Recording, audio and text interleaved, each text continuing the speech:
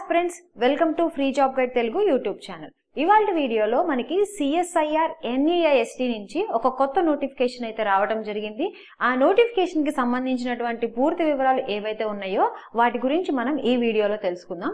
ఇక్కడ చూసినట్లయితే ఈ నోటిఫికేషన్ లో మెన్షన్ చేసినటువంటి పోస్టులు ఏమేం పోస్టులు అనేవి మెన్షన్ చేశారు, దీని తర్వాత నెంబర్ ఆఫ్ వేకెన్సీస్ అనేవి ఎన్ని ఉన్నాయి, దీని తర్వాత నోటిఫికేషన్ లో మెన్షన్ చేసినటువంటి ఇంపార్టెంట్ డేట్స్ ఏంటి, తర్వాత ఈ ఉద్యోగాలకు సంబంధించినటువంటి శాలరీ అనేది ఏ విధంగా ఉంటుంది, ఈ ఉద్యోగాలకి కావాల్సినటువంటి ఎలిజిబిలిటీ క్రైటీరియా ఏంటి, దీని తర్వాత స్కీమ్ ఆఫ్ ద ఎగ్జామినేషన్ అనేది ఏ విధంగా కండక్ట్ చేస్తారు అనేటువంటి అంశాలన్నీ కూడాను మనం ఈ వీడియోలో తెలుసుకుందాం. ఇది మనకి CSIR council of scientific industrial research మనకి north east institute of science and technology నుంచి ఈ నోటిఫికేషన్ అయితే రావటం జరిగింది.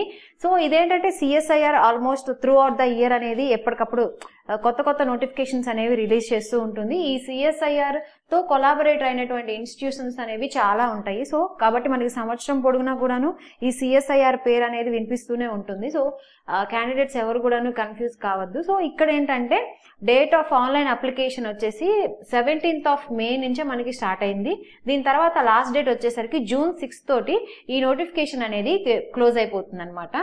దీని తర్వాత ఇక్కడ ఈ నోటిఫికేషన్ అనేది టెక్నికల్ అసిస్టెంట్ కి సంబంధించినటువంటి నోటిఫికేషన్ అనమాట. టోటల్ గా 10 పోస్టులకు కానీ ఈ నోటిఫికేషన్ అనేది రిలీజ్ చేశారు. ఇందులో అన్రిజర్వ్ కేటగిరీకి సంబంధించి 4, ఓబీసీకి సంబంధించి 2, ఈడబ్ల్యూఎస్ కి సంబంధించి 1, ఎస్సీకి 2, ఎస్టీకి 1 అనేది ఉందన్నమాట. సో ఇక్కడ ఇంకొకటి ఏం మెన్షన్ చేశారంటే నోటిఫికేషన్ లో ఎవరైతే పీడబ్ల్యూడి వాళ్ళు ఉంటారో ఈ 10లోనే వాళ్ళకు కూడా 2 పోస్టులు అనేవి కేటాయించాము అని చెప్పేసి నోటిఫికేషన్ లో మెన్షన్ చేశారు. అభ్యర్థులు ఈ విషయం కూడా గమనించగలరు. దీని తర్వాత ఈ ఉద్యోగాలకు సంబంధించినటువంటి శాలరీ అనేది లెవెల్ 6 ప్రకారం వీరి యొక్క శాలరీ అనేది ఉంటుంది.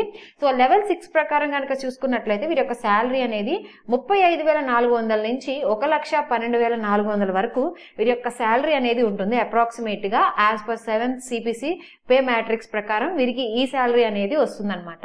సో అప్పర్ ఏజ్ లిమిట్ విషయానికి వస్తే వీరికి 28 ఏళ్ళు అనేది అప్పర్ ఏజ్ లిమిట్ అనమాట. సో మినిమం వచ్చేసరికి 18 సంవత్సరాలు ఉండాలి, మాక్సిమం వచ్చేసరికి 28 ఏళ్ళు అనేది ఉండాలన్నమాట ఈ ఉద్యోగాలకు అప్లై చేసుకోవడానికి. సో ఇది ఇక్కడ ఈ పోస్టుకు సంబంధించినటువంటి ఎన్ని పోస్టులు ఉన్నాయి, అదేవిధంగా వీరి యొక్క శాలరీ అనేది ఏ విధంగా ఉంటుంది, దాని తర్వాత ఈ ఉద్యోగాలకు సంబంధించినటువంటి ఏజ్ అనేది ఎంతవరకు ఉంటుంది అనేది తెలుసుకున్నాం. దీని తర్వాత ఇందులో ఈ టెక్నికల్ అసిస్టెంట్ లో మనకి పోస్ట్ కోడ్లు అనేవి కొన్ని మెన్షన్ చేశారనమాట. ఎందుకంటే ఒక్కొక్క పోస్టుకు సంబంధించి ఒక్కొక్క క్వాలిఫికేషన్, అదేవిధంగా వాళ్ళకి చేయాల్సినటువంటి పనులు కూడాను ఏవైతే ఉన్నాయో అవన్నీ జాబ్ డిస్క్రిప్షన్స్ అనేవి కూడాను సపరేట్ గా ఉన్నాయి అనమాట. సో అందుకని వాళ్ళు టెక్నికల్ అసిస్టెంట్ లో ఈ పోస్ట్ కోడ్లు అనేవి ఇవ్వడం జరిగింది. ఈ టెక్నికల్ అసిస్టెంట్ పోస్ట్ కోడ్ 1 కి సంబంధించి చూసినట్లయితే ఇందులో 2 పోస్టులు అనేవి ఉన్నాయి. ఒకటి ఈడబ్ల్యూఎస్ కేటగిరీలో, అదేవిధంగా ఒకటి ఎస్సీ కేటగిరీలో ఉన్నాయి. ఈ ఉద్యోగాలకు సంబంధించినటువంటి క్వాలిఫికేషన్ ఏంటంటే ఎడ్యుకేషన్ క్వాలిఫికేషన్ BSc ఐటీలో అయినా చేసి ఉండాలి, లేదంటే BSc కంప్యూటర్ సైన్స్, లేదంటే BCA with minimum 60% of marks అనేది ఉండాలి. దీంతో పాటు 1 year ఎక్స్పీరియన్స్ అనేది కూడా ఉండాలి అని చెప్పేసి చెప్తున్నారు.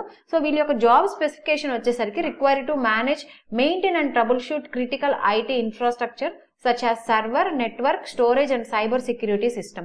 సో ఈ విధంగా వీళ్ళ యొక్క జాబ్ డిస్క్రిప్షన్ అయితే ఈ విధంగా మెన్షన్ చేశారు. సో ఇది టెక్నికల్ అసిస్టెంట్ పోస్ట్ కోడ్ 1 కి సంబంధించినటువంటి డీటెయిల్స్. దీని తర్వాత టెక్నికల్ అసిస్టెంట్ పోస్ట్ కోడ్ 2 కి గనుక చూసుకున్నట్లయితే ఇందులో ఓబీసీ కేటగిరీలో 1 పోస్ట్ మాత్రమే ఉంది. ఈ ఉద్యోగాలకు సంబంధించి BSc or equivalent in life sciences లో వీళ్ళ యొక్క సైన్స్ బ్యాక్గ్రౌండ్ ఎవరైతే కంప్లీట్ చేసి ఉన్నారో వాళ్ళు ఈ టెక్నికల్ అసిస్టెంట్ పోస్ట్ కోడ్ 2 కి అప్లై చేసుకోవచ్చు అనమాట. సో ఇది టెక్నికల్ అసిస్టెంట్ పోస్ట్ కోడ్ 2 కి సంబంధించినటువంటి ఎడ్యుకేషన్ క్వాలిఫికేషన్. దీంతో పాటు 1 year ఎక్స్పీరియన్స్ అనేది కూడా ఉండాలి అని చెప్పేసి చెప్తున్నారు అనమాట. సో రిలవెంట్ డిసిప్లిన్ ఏదైతే ఉందో ఇక్కడ మెన్షన్ చేశారు కదా, ఏంటి లైఫ్ సైన్స్, లేదంటే జువాలజీ, యానిమల్ సైన్స్, లేదంటే animal genetics, microbiology, biochemistry, biotechnology with minimum 60% marks అనేది కలిగి ఉండాలి. సో ఇది టెక్నికల్ అసిస్టెంట్ పోస్ట్ కోడ్ 2 కి సంబంధించినటువంటి ఎడ్యుకేషన్ క్వాలిఫికేషన్. దీని తర్వాత టెక్నికల్ అసిస్టెంట్ పోస్ట్ కోడ్ 3. ఇందులో మనకి అన్రిజర్వ్డ్ కేటగిరీలో ఒకే ఒక పోస్ట్ ఉంది. ఈ పోస్ట్ కోడ్ 3 కి సంబంధించినటువంటి వేకెన్సీ. ఈ ఉద్యోగానికి సంబంధించి బీఎస్సీ విత్ కెమిస్ట్రీ, బీఎస్సీ అనేది కెమిస్ట్రీలో ఎవరైతే కంప్లీట్ చేసి ఉంటారో మినిమం 60% మార్క్స్ అనేది ఉండాలి. దీంతో పాటు 1+ ఇయర్ అనేది 1 ఇయర్ లేదంటే 1 ఇయర్ అంతకంటే ఎక్కువ ఉన్నా కానీ ఎక్స్పీరియన్స్ అనేది పనికొస్తుంది. So 1 year experience relevant field లో ఉండాలి అని చెప్పేసి చెప్తున్నారు. సో ఈ టెక్నికల్ అసిస్టెంట్ కి సంబంధించి పోస్ట్ కోడ్ 3కి ఎస్పెషల్లీ బీఎస్సీ విత్ కెమిస్ట్రీతో ఎవరైతే కంప్లీట్ చేస్తున్నారో డిగ్రీ వాళ్ళు అప్లై చేసుకోవచ్చు. దీని తర్వాత టెక్నికల్ అసిస్టెంట్ 4 పోస్ట్ కోడ్ 4. ఇందులో మనకి ఒకే ఒక్క పోస్ట్ ఉంది. ఈ పోస్ట్ కోడ్ కి సంబంధించి ఎవరైతే chemical engineering diploma in chemical engineering or technology of at least 3 years full time duration లో ఎవరైతే కంప్లీట్ చేసి ఉన్నారో దీంతో పాటు మినిమం 60% మార్క్స్, అదేవిధంగా experience of 2 years in relevant area అని చెప్పేసి చెప్తున్నారు. ఏది కెమికల్ ఇంజనీరింగ్ లో డిగ్రీ అన్న ఉండాలి, లేదంటే టెక్నాలజీలో అన్న డిప్లొమా ఇన్ టెక్నాలజీలో అన్న రెగ్యులర్ డిగ్రీ అనేది ఉండాలి, ఫుల్ టైం డిగ్రీ ఉండాలి అని చెప్పేసి చెప్తున్నారు. దీంతో పాటు మినిమం 60% మార్క్స్ ఉండాలి, అంతేకాకుండా 2 ఇయర్స్ ఆఫ్ ఎక్స్పీరియన్స్ అనేది రిలవెంట్ ఫీల్డ్ లో ఉండాలి అని చెప్పేసి ఈ పోస్ట్ కు మెన్షన్ చేశారు. లేదంటే diploma in chemical engineering or technology of at least 2 years full-time duration in case of lateral admission in diploma course with minimum 60% marks and experience of 2 years in the relevant area. So లేదంటే diploma in chemical engineering లో కూడా ఎవరైతే complete చేసుకున్నారో full time వాళ్ళు కూడా apply చేసుకోవచ్చు అని చెప్పేసి చెప్తున్నారు with minimum 60% of marks. So ఇది టెక్నికల్ అసిస్టెంట్ 4 పోస్ట్ కోడ్ 4 కి సంబంధించినటువంటి సిలబస్. దీని తర్వాత టెక్నికల్ అసిస్టెంట్ పోస్ట్ కోడ్ 5. ఇందులో మనకి అన్రిజర్వ్డ్ కేటగిరీలో రెండు పోస్టులు ఉన్నాయి అనమాట. రెండు పోస్టులు ఉన్నాయి. ఈ ఉద్యోగాలకు సంబంధించి డిప్లొమా ఇన్ కంప్యూటర్ సైన్స్ లో చేసి ఉండాలి, లేదంటే ఇన్ఫర్మేషన్ టెక్నాలజీలో అన్నా, లేదంటే కంప్యూటర్ అప్లికేషన్ లో అన్నా at least 3 years full time course చేసి విత్ మినిమం 60% ఆఫ్ మార్క్స్ ఉండాలి. అదేవిధంగా 2 years of experience in the relevant area అనేది కలిగి ఉండాలి అని చెప్పేసి చెప్తున్నారు. లేదంటే ఇంకొకటి ఏమి ఇచ్చారంటే బీఎస్సీ కంప్యూటర్ సైన్స్ అన్న చేసి ఉండాలి, లేదంటే ఇన్ఫర్మేషన్ టెక్నాలజీ అన్న చేయాలి, లేదంటే కంప్యూటర్ అప్లికేషన్స్ లో అన్న బీఎస్సీ అనేది పూర్తి చేసి ఉండాలి with minimum 60% of marks plus ఇక్కడ 1 ఇయర్ రిలవెంట్ డిసిప్లిన్ అనేది కంపల్సరీ అనేది అడుగుతున్నారు అనమాట. సో ఇది టెక్నికల్ అసిస్టెంట్ కోడ్ నెంబర్ 5 కి సంబంధించినటువంటి ఎడ్యుకేషన్ క్వాలిఫికేషన్. దీని తర్వాత టెక్నికల్ అసిస్టెంట్ కోడ్ నెంబర్ 6. ఇందులో మనకి అన్రిజర్వ్డ్ లో చూసుకున్నట్లయితే ఒకటే ఒక పోస్ట్ ఉంది. ఈ టెక్నికల్ అసిస్టెంట్ పోస్ట్ కోడ్ 6 కి సంబంధించినటువంటి ఎడ్యుకేషన్ క్వాలిఫికేషన్ కనుక చూసుకున్నట్లయితే ఎవరైతే బీఎస్సీ ఫిజిక్స్ లో వాళ్ళ డిగ్రీ కంప్లీట్ చేసి ఉంటారో వాళ్ళు ఈ ఉద్యోగాలకు అప్లై చేసుకోవచ్చు విత్ మినిమం 60% మార్క్స్ అనేది ఉండాలి. దాంతో పాటు 1 year experience in the field of geophysics, geoscience, GIS, remote sensing or related field from a recognised institute. So ఈ డిగ్రీతో పాటు 1 ఇయర్ రిలవెంట్ ఫీల్డ్ లో ఎక్స్పీరియన్స్ అనేది ఉండాలి. దీంతో పాటు మినిమం 60% మార్క్స్ అనేది వాళ్ళ యొక్క డిగ్రీలో అనేది వచ్చి ఉండాలి అని చెప్పేసి చెప్తున్నారు. ఇది టెక్నికల్ అసిస్టెంట్ కోడ్ నెంబర్ 6 కి సంబంధించినటువంటి ఎడ్యుకేషన్ క్వాలిఫికేషన్. దీని తర్వాత టెక్నికల్ అసిస్టెంట్ కోడ్ నెంబర్ 7. ఈ కోడ్ నెంబర్ 7 లో మనకి ఓబీసీలో ఒకటే ఒక పోస్ట్ ఉంది. Diploma in civil engineering or technology at least 3 years full time duration with minimum 60% marks and experience of 2 years in the relevant area or field from a recognised institute or organisation అని చెప్పని ఇచ్చారు. Diploma అనేది civil engineering లో కానీ లేదంటే టెక్నాలజీలో కానీ 3 years full time గా ఎవరైతే కంప్లీట్ చేసి ఉన్నారో వాళ్ళు ఈ ఉద్యోగాలకు అప్లై చేసుకోవచ్చు. దీంతో పాటు 2 ఇయర్స్ అనేది రిలవెంట్ ఎక్స్పీరియన్స్ కూడాను ఉండాలి అని చెప్పేసి చెప్తున్నారు. దీంతో ఇది లేదంటే diploma in civil engineering or technology at least 2 years full time duration in case of lateral admission in diploma course. So diploma కోర్సులో ఎవరైతే ఆల్రెడీ జాయిన్ అయి ఉన్నారో, సో ఎక్కడంటే సివిల్ ఇంజనీరింగ్ ఆర్ టెక్నాలజీలో 2 years of full time course చేసి ఉంటారో lateral డిగ్రీలో, so వాళ్ళు కూడాను ఈ ఉద్యోగాలకు అప్లై చేసుకోవచ్చు అని చెప్పేసి చెప్తున్నారు. లేటరల్ అడ్మిషన్ లో ఎవరైతే ఈ diploma in civil engineering or technology అనేది కంప్లీట్ చేసి ఉంటారో.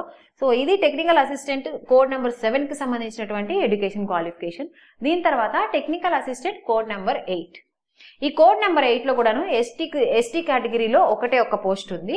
ఈ ఉద్యోగాలకు కావాల్సినటువంటి ఎడ్యుకేషన్ క్వాలిఫికేషన్ ఏంటంటే BSc or equivalent with minimum 60% of marks in botany, agriculture with 1 year experience in relevant area. So ఇక్కడ ఏంటంటే బీఎస్సీ ఎవరైతే BSc or equivalent with minimum 60% of marks బోటనీలో కానీ అగ్రికల్చర్ లో కానీ ఎవరైతే డిగ్రీ అనేది కంప్లీట్ చేసి ఉన్నారో విత్ మినిమం 60% ఆఫ్ మార్క్స్ తోటి వాళ్ళు ఈ ఉద్యోగాలకు అప్లై చేసుకోవచ్చు. దీంతో పాటు 1 ఇయర్ అనేది ఎక్స్పీరియన్స్ అనేది కూడాను ఉండాలి అని చెప్పేసి చెప్తున్నారు. ఇది టెక్నికల్ అసిస్టెంట్ కోడ్ నెంబర్ 8 కి సంబంధించినటువంటి ఎడ్యుకేషన్ క్వాలిఫికేషన్. దీని తర్వాత మోడ్ ఆఫ్ సెలెక్షన్. సో ఈ మోడ్ ఆఫ్ సెలెక్షన్ విషయానికి వస్తే మనకి టూ స్టేజెస్ లో అనేది జరుగుతుంది. స్టేజ్ 1, స్టేజ్ 2 అనమాట.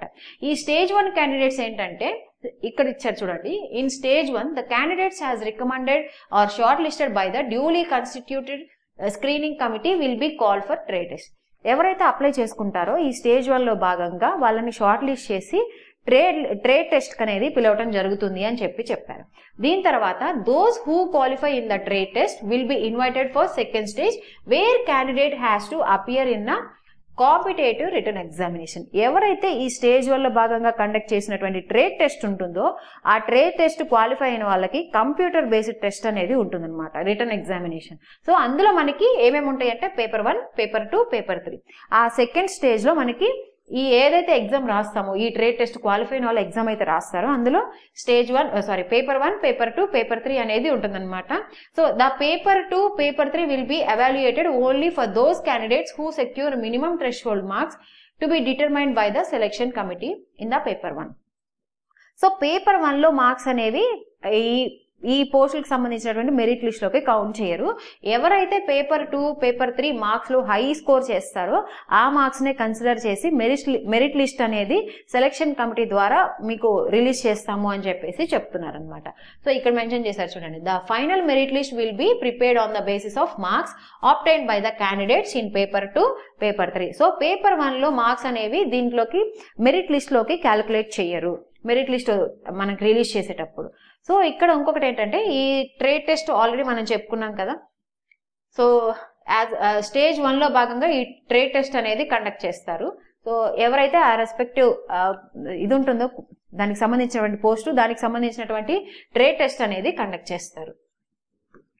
దీని తర్వాత స్టేజ్ 2 వచ్చేసరికి కాంపిటేటివ్ రిటర్న్ ఎగ్జామినేషన్ అన్నాం కదా. సో దాని యొక్క ప్యాటర్న్ అనేది ఏ విధంగా ఉంటుందో చూద్దాము. ఇది ఓఎంఆర్ బేస్డ్ కానీ లేదంటే సిబిటి కానీ ఉంటుంది. కంప్లీట్లీ ఇది ఆబ్జెక్టివ్ మోడల్. ఎంసిక్యూస్ ఉంటాయి కదా మనకి. సో ఎంసిక్యూ మోడల్లో ఈ ఎగ్జామ్ అనేది ఉంటుంది. మీడియం ఆఫ్ క్వశ్చన్స్ వచ్చేసరికి questions on English and Hindi, except English language తప్ప మిగతావన్నీ కూడాను ఇంగ్లీష్ అండ్ హిందీ మీడియంలో మనకి ఈ exam medium of the questions అనేవి ఉంటాయి.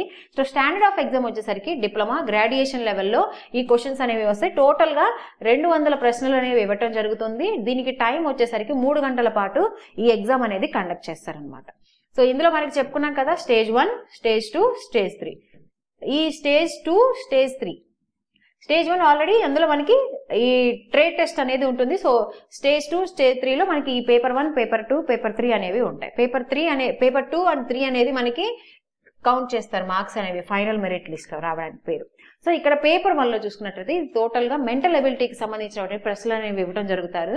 సో ఇందులో మనకి టోటల్ గా 50 క్వశ్చన్స్ అనేవి ఇస్తారనమాట. ఈ 50 క్వశ్చన్స్ కి 50 × 2 వచ్చేసరికి మనకి 100 మార్క్స్.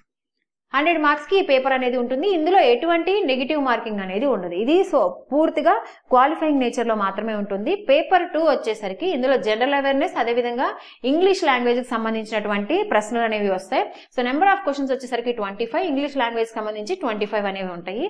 సో 25 × 3 ఇక్కడ 75 మార్క్స్, ఇక్కడ 75 మార్క్స్, 25 × 3. సో టోటల్ గా 150 మార్క్స్ అనమాట ఈ పేపర్ 2 లో వచ్చేసరికి. జనరల్ అవేర్నెస్ అదేవిధంగా ఇంగ్లీష్ లాంగ్వేజ్. సో ఈ రెండింటికి కూడాను నెగిటివ్ మార్కింగ్ అనేది ఉంది.